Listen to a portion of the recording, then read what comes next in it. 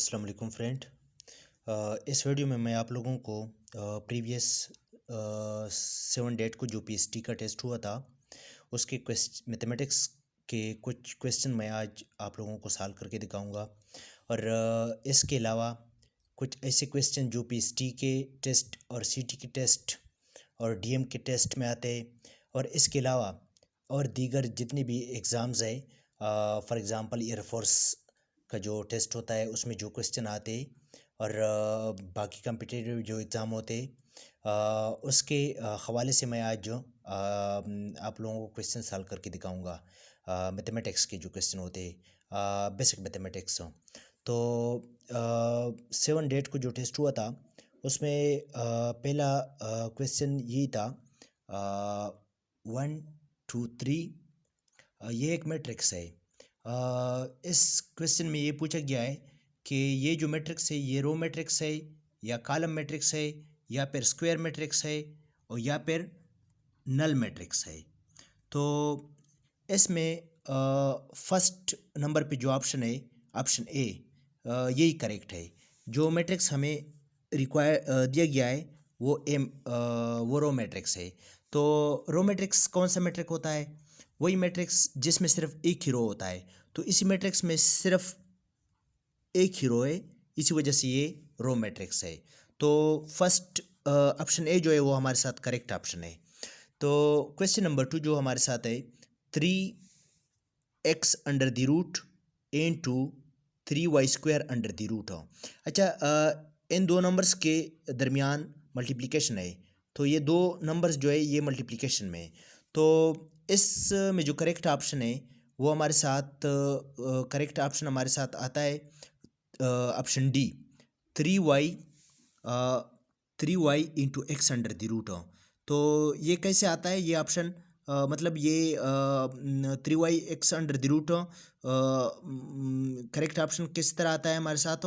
अगर आप इसे देखें 3x under the root into 3y square under the root, इसको मैं रफ पेज पे यहाँ पे आप लोगों को सॉल्व करके दिखाता हूँ। 3x under the root into 3y square under the root. अच्छा, ये दोनों मल्टीप्लिकेशन में ये दोनों नंबर्स हों तो मैं ऐसा भी कर सकता हूँ कि ये 3x into 3y square under the root हो। इसे सिंगल रूट में भी मैं ले सकता हूँ दोनों नंबर को। उसके बाद ये 3 और 3 अगर मैं मल्टीप्लाई करूँ तो ये हमारे साथ 9 आता है। इससे 9 आता है और x y square under the root मैंने लगा लिया। और 9 अंडर द रूट हमारे साथ जो होता है वो 3 के बराबर होता है। मतलब 9 अंडर द रूट मैं ऐसे भी लगा सकता हूँ कि 3 मल्टीप्लाई 3 और 3 मल्टीप्लाई 3 9 अंडर द रूट हो। 3 मल्टीप्लाई 3 मैं ऐसे भी लगा सकता हूँ कि 3 स्क्वायर स्क्वायर रूट हो। और हमें पता है कि स्क्वायर और स्क्वायर रूट आपस में कैंसिल होता है। तो 9 स्क्वायर रूट हो हमारे साथ 3 के बराबर है। तो स्क्वायर स्क्वायर रूट आपस में एक दूसरे को कैंसिल करते तो हमारे साथ 3 रह जाता है। तो 9 अंडर द रूट हमारे साथ 3 के बराबर होता है। तो ये स्टेप मैं नेक्स्ट 9 की जगह मैं अगर मैं ऐसा करूँ 9 ऐसे भी कर सकता हूँ कि 9 स्क्वायर रूट हो और एक्स स्क्वायर रूट हो और वाई स्क्वायर रूट हो। तो सब पे अलग अलग स्क्वायर रूट मैंने ले लिया। अब मुझे पता है कि 9 स्क्वायर रूट हमारे साथ 3 के बराबर होता है और एक्स स्क्वायर रूट मैंने सेम लगा लिया। और स्क्वायर और स्क्वायर रूट हमें पता है कि आपस में कैंसिल करते हैं एक दूसरे को। तो स्क्वायर और square root they will cancel each other, so हमारे साथ वाई रह जाता है। तो नेक्स्ट स्टेप में मैं ऐसे भी लिख सकता हूँ कि 3y into x under the root हो। अब 3y into x under the root हो जिस भी ऑप्शन पे हो आपने उसे टिक करना है। तो 3y into x under the root हमारे साथ हो ऑप्शन डी पे है। तो क्वेश्चन नंबर 2 में हमारे साथ करेक्ट ऑप्शन जो है वो ऑप्शन डी है। तो नेक्स्ट हम चलते हैं क्वेश्चन नंबर 3 पे। क्वेश्चन नंबर 3 में हमारे साथ है log of x is equal to y. अच्छा, इज इक्वल टू इस क्वेश्चन में पूछा गया है कि log of x is equal to y किस चीज़ के बराबर है? ऑप्शन ए में हमारे साथ है e की power x is equal to y. Option B में हमारे साथ है y is equal to x. Option C में हमारे साथ है e की power y is equal to x. Option D में हमारे साथ है log of y is equal to x। तो इसमें हमारे साथ करेक्ट ऑप्शन जो है वो ऑप्शन नंबर ए है। log of x is equal to y हमारे साथ बराबर है e की power x is equal to y। ये हमारे साथ log की एक प्रॉपर्टी है। इसमें कैलकुलेशन की कोई मतलब ऐसा कुछ है नहीं कि मैं इसे सिंप्लीफाई करूं या इसमें कैलकुलेशन करूं, क्योंकि ये एक प्रॉपर्टी है, log की प्रॉपर्टी है। log of x is equal to y हमारे साथ बराबर है e की power x is equal to y. तो नेक्स्ट हम चलते हैं क्वेश्चन नंबर 4 पे। If p of y is equal to y square, इस क्वेश्चन में पूछा गया है अगर पी ऑफ वाई बराबर है y square minus two into y under the root plus 3 के, देन फाइंड। फिर हमसे पूछा गया है कि आपने पी ऑफ 4 फाइंड करना है। इस क्वेश्चन में ये पूछा गया है। तो हम जहाँ पे भी इस क्वेश्चन में हमसे पूछा गया है अगर p of y is equal to y square minus 2 into y under the root plus 3, अगर p of y square minus 2 into y under the root plus 3 के बराबर हो, देन अगर वाई आपके साथ 4 के बराबर हो। इस क्वेश्चन में हमें ये भी दिया गया है कि y इज इक्वल टू 4, पर ये स्टेप मैं मिस कर चुका था। y इज इक्वल टू 4 हमें दिया गया है क्वेश्चन में। तो अगर y 4 के बराबर हो तो फिर आप हमें फाइंड करें p ऑफ 4 हो, तो p ऑफ 4 की वैल्यू आपने फाइंड करना है। तो हम ऐसा करते हैं कि रफ पेज पे जाके मैं इस क्वेश्चन को आप लोगों को सॉल्व करके दिखाता हूँ कि हमारे साथ करेक्ट ऑप्शन क्या आता है। तो हम यहाँ पे आते p of y is equal to y square minus 2 into y under the root plus 3।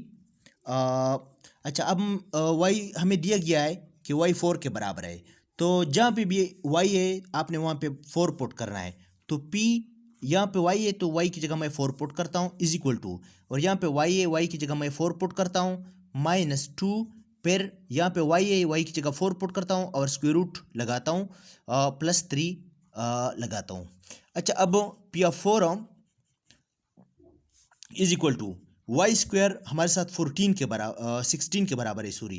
अगर 4 2 बार मल्टीप्लाई करें तो आपको 16 रिजल्ट मिलता है माइनस 2, और 4 स्क्वायर रूट हमारे साथ 2 के बराबर है। 4 स्क्वायर रूट हमारे साथ 2 के बराबर है, तो इस 4 स्क्वायर रूट की जगह मैं यहाँ पे 2 लगा सकता हूँ। 4 स्क्वायर रूट हमारे साथ 2 के बराबर कैसे आता है, ये 4 स्क्वायर रूट मैं ऐसे भी लगा सकता हूँ कि 2 इंटू 2 स्क्वायर रूट, और 2 इंटू 2 मैं ऐसे भी लगा सकता हूँ कि 2 square square root. Square root आपस में कैंसिल करता है एक दूसरे को, तो हमारे साथ सिर्फ 2 यहाँ रह जाता है। तो 4 स्क्वायर रूट हमारे साथ 2 के बराबर है। तो यहाँ पे मैं इस 4 स्क्वायर रूट की जगह यहाँ 2 लगा सकता हूँ और प्लस 3 एज इट इज लगाते हैं। तो p of 4 is equal to 16 minus, अच्छा ये 2 और 2 आपस में मल्टीप्लाई है, सो 2 इंटू हमारे साथ 4 आता है, 2 इंटू 2 हमारे साथ 4 आता है और प्लस 3 एज इट इज लगाते हैं। P of 4 is equal to 16 minus 4 हमें 12 देता है और plus 3। P of 4 is equal to 12 plus 3 हमारे साथ 15 आता है। अब 15 जिस नंबर पे 15 हो आपने उसे टिक करना है। तो हम यहाँ आते यहाँ पे चेक करते कि 15 हमारे साथ कौन से नंबर पे है। तो 15 हमारे साथ ऑप्शन नंबर बी पे है, तो ऑप्शन बी को आपने टिक करना है क्योंकि ऑप्शन बी करेक्ट ऑप्शन है। तो क्वेश्चन नंबर 5 पे चलते, x square minus 3x minus 4 is equal to 0। ये एक क्वाड्रेटिक इक्वेशन है और आपसे पूछा गया है कि इस क्वाड्रेटिक इक्वेशन की सॉल्यूशन सेट क्या आता है आपके साथ, मतलब करेक्ट ऑप्शन कौन सा है, ए, बी, ए, सी है या डी है। तो आपने इस इक्वेशन को सॉल्व करना है और जो भी आपके साथ सॉल्यूशन सेट आता है, जो भी आपके साथ आंसर आता है, आपने उसे टिक करना है। तो मैं रफ पेज पे जाता हूँ और इस इक्वेशन को आप लोगों को सॉल्व करके दिखाता हूँ। तो रफ पेज पे चल के यहाँ पे x square minus 3x minus 4 is equal to 0, यही इक्वेशन है हमारे साथ। इक्वेशन हमारे साथ यही है। तो मैं अब इस इक्वेशन को सॉल्व करता हूँ। तो इस इक्वेशन को सॉल्व करने का जो तरीका है वो कुछ यूँ है। फर्स्ट एंड लास्ट को आपने मल्टीप्लाई करना है, फर्स्ट एंड लास्ट को। इस प्रोसेस को फैक्टराइजेशन कहते हैं। तो फर्स्ट एंड लास्ट को जब आप मल्टीप्लाई करते हो तो आपके साथ -4x² आता है। तो अब आपने सेंटर का जो टर्म है इसको ऐसे दो पार्ट में आपने कन्वर्ट करना है, जिसे आप मल्टीप्लाई करें तो -4x² रिजल्ट आता हो, और जिसे आप ऐड करें तो -3x रिजल्ट आता हो। तो मैं ऐसा करता हूँ, x² ये मैं एज इट इज़ लगाता हूँ और -3x को मैं ऐसे दो फैक्टर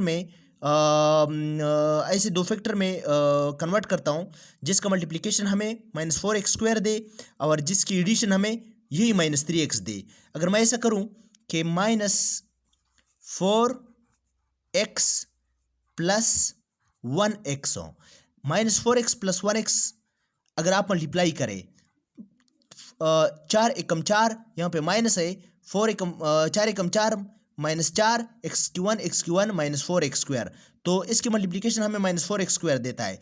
अब मैं चेक करता हूँ कि इसकी एडिशन हमें -3x देता है या नहीं। तो -4x + 1x हो, यहाँ पे -4 है, यहाँ पे +1 है। अगर -4 में आप 1 ऐड करें तो यहाँ पे -3x रह जाता है। तो इसकी एडिशन हमें -3x देता है और मल्टीप्लिकेशन हमें -4x² देता है। तो वो जो दो फैक्टर है हमारे साथ, वो यही -4 एंड +1 है। तो यहाँ पे -4 ये वाला, इसको एज इट इज़ लगाते = 0। अब मैं ऐसा करता हूँ कि यहाँ पे x² है, यहाँ पे x है, मतलब x इन दोनों में कॉमन है, तो मैं x को कॉमन करता हूँ। x को कॉमन किया, यहाँ पे x² है मतलब 2x है, एक x को मैंने कॉमन किया लेकिन एक x यहाँ पे रह गया और -4 रह गया यहाँ पे, क्योंकि ये x तो कॉमन हुआ है। +1 यहाँ पे +1 मैं कॉमन करता हूँ, +1 कॉमन किया, यहाँ पे x रह गया और माइनस लगा लिया, -4 एज इट इज़ लगा लिया = 0। अब ये x जो है हमारे साथ और ये 1 जो है, इसको एक ही पेयर में लेते हैं और जो यहाँ पे कॉमन है x -4 यहाँ से सिर्फ एक ही फैक्टर हम लेते हैं, x -4 = 0।